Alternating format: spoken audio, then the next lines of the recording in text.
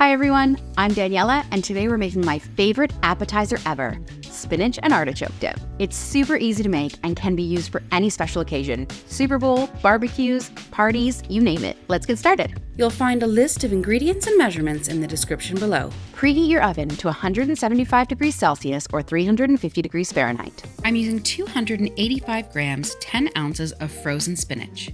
Pop it on some kitchen roll or a tea towel and wring it out to remove as much liquid as possible. Mine's been draining in a colander overnight in the sink, so it doesn't have as much liquid as it would if I had just thawed it out.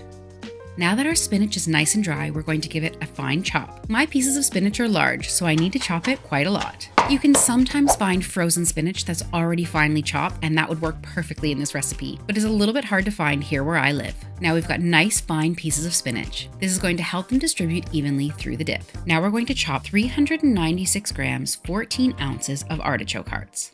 Mine are packed in oil, so I've given them a squeeze as well. You want these in fairly bite-sized pieces. Set that aside until it's ready to add to our dip.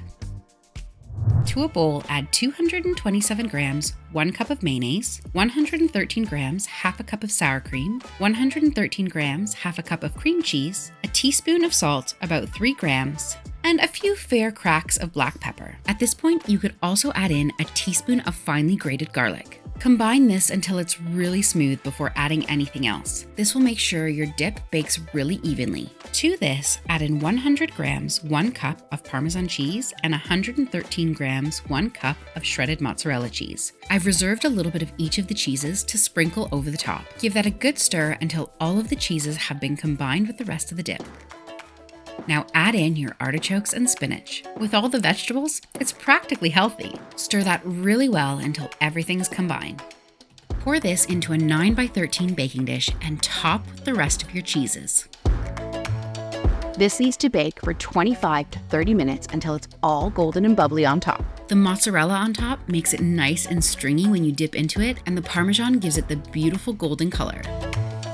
You can serve this with tortilla chips or slices of bread or sliced up vegetables. If you're looking for more dips, why not try my buffalo chicken wing dip or my French onion dip? Make sure to hit the like button, subscribe, and I'll see you in the next video.